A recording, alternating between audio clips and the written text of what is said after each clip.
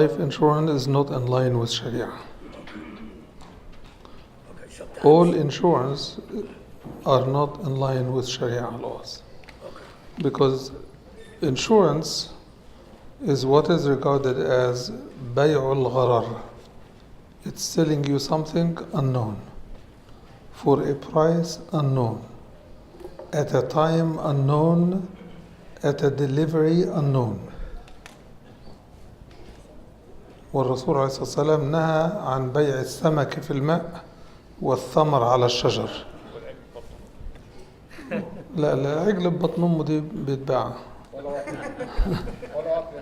ها؟ What about car insurance?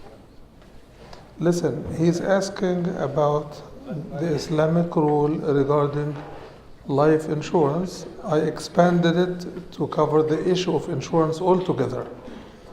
Now, the follow-up question, which is in everybody's head, is a legitimate question. It's not a bad question. But it may take us quite some time to get through this. There are things that if you do in violation of Islamic law under a certain context, whereby you have to do it by the law where you live, it is allowed, but it is never turned halal. Insurance is one of those. For example, no one could legitimately and likely live safe without car insurance.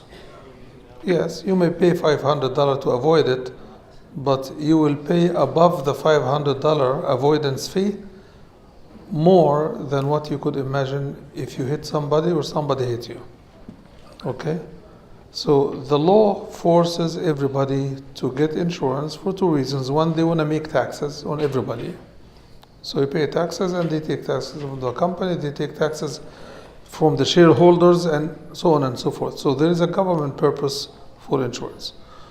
But insurance also saves the time of the court, because if we don't have insurance and everybody gets in a fight and everybody gets in the court, everybody will be in court every day. That's impractical. Okay. So what is the Islamic alternative? The Islamic alternative is co-op insurance. What is co-op insurance? Co-op insurance is when a group of people collect certain amount of money from each member of the group and save it for emergency. When anybody is hit with something, then that money would cover. That's a legitimate way to offer an alternative. Is this alternative practical in our situation?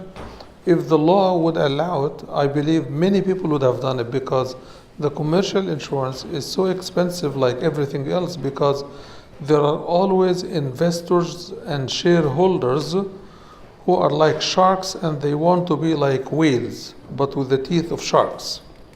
So they want to suck everybody's blood. This is a system, and it is the law. So car insurance would fall under the permissible but never lawful Islamically. Health insurance would fall under the same, but life insurance would not. Home insurance would fall into that, but very, very different opinions in the field on that. It's not as unanimous as the other two, because life doesn't go without them. But home insurance, life can go without home insurance. Barakallahu feek. So, any other question? Yes. No, changing clothing doesn't nullify your wudu. But if you go to the bathroom, it will. If you pass gas, it will break your wudu. If you pass urine, it will break your wudu. But changing your shirt or pant or all your clothing doesn't nullify your wudu. So the question is twofold. What is the difference or comparison between the Islamic financial system vis-a-vis the capitalist system? And then the follow-up question is, why doesn't it take hold anywhere if it is feasible, right? Okay. Well, I will answer the latter first, the latter part. Why doesn't the Muslim nation anywhere adapt the Islamic financial system, since it is the system that we believe in? Well, basically twofold. It is not the only thing that Muslim nations ignore to start with. Muslim nations are not the example, they are not elected governments, they do not represent their people, they are chosen by the enemies of their countries. And they are appointed by the enemies of their countries, they are protected by the Trump-like dictators elsewhere. Okay? So they do not stand for Islam or to represent their community or nation. That's why no Islamic system has taken rule anywhere. Clear? So what is the difference or comparison between the two? The capitalist system values the rights of the individual over the rights of the society. It sets the limits that you could do anything so long as you do not cross over the toes of someone else. Okay? أنت حر ما لم تضر. In some liberal countries, laissez-passer, laissez-faire is a financial policy, an economic policy. You know, whatever goes, let it go. That's what it means. In Islam, money is seen not as something that somebody earns only, but it's also seen as a gift from Allah. It's a tool that Allah makes available to some people, and He gives some more than others. That's His prerogative. Okay? So, but in the capitalist system, if it is my money, not even God has a say over how I handle it. That's a huge difference. So the Islamic system is centered around Allah being the source of all resources and the guide as to how to use it and how to dispose of it and what causes should you spend your money and resources on. It sets also certain rights for the poor. Rights, not favors.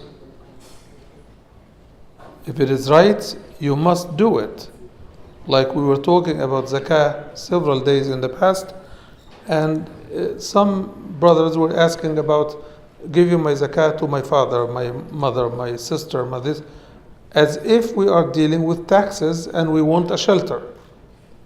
Okay? The capitalist system, because it's a system in which if you could bypass the law or flout the law, you should do it. Otherwise, you are stupid.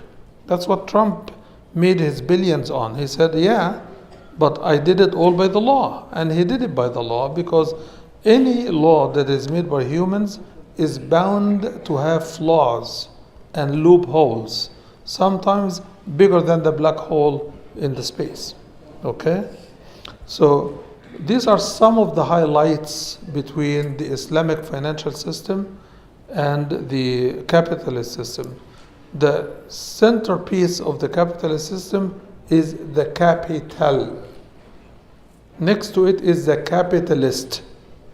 Next to it is the industrialist. Next to it is the innovator. So these are the layers that make the society machine run the way it should. Okay? That's a capitalist system. In the Islamic system, the dignity and the labor and the wages of the labor are at the centerpiece of the Islamic economy and the Islamic finance, whereby the Prophet ﷺ says, أعطوا الأجير حقه قبل أن يجف عرقه. When you hire a laborer, give him or her the right before their sweat is dried. And if you do not give them their full wages that would give them the worth of their time, effort, and labor, you are going to stand accountability before Allah and before the Islamic law as well. So laborers don't have to unionize to fight a greedy system, because the state unionizes on their behalf to make sure they get their fair pay. So laborers are valued in the system because they are the ones who produce products and consume products and protect the society, and they give the society what it has of developments, innovation, creativity, and so on and so forth.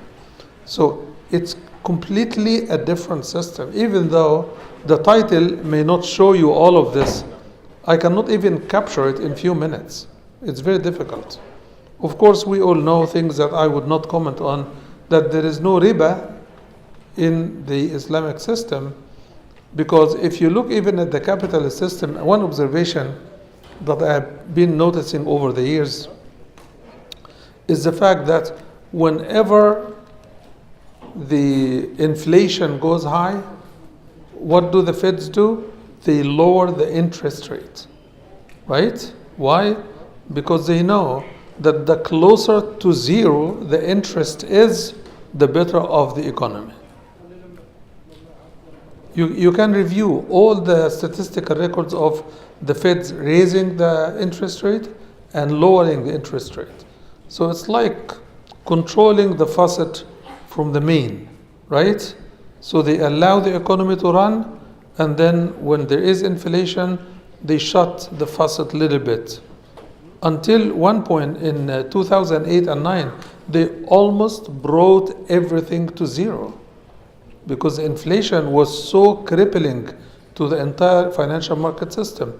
The Vatican newsletter in 2000, I think 9, on the main headline, the newsletter's name is Lo Riservatoire Romano, and it says on the top headline, in those days, 2008, 2009, it says, Western financial institutions need not to look any farther than the Islamic ethics and principles of finance to serve their customers better and to secure the stability of the worldwide financial market. So as far as the Vatican is telling the world that the Islamic ethical financial principles is where people need to go, it crosses the line of faith and belief and religion and everything else. It is seeking the ultimate interest of the worldwide population and communities. So what stops everybody from going with what the Vatican is saying, not Al-Azhar, not the Mufti of Saudi Arabia, not Iran? Why? Because like everything in the world, it's controlled by financial institutions and sometimes families that control lots of money, and they are after their own interest, obviously. They control money, they control government, they control finance, they control transactions, they control banks, they control the media. What else do you want me to say? I think we should say Allahu Akbar.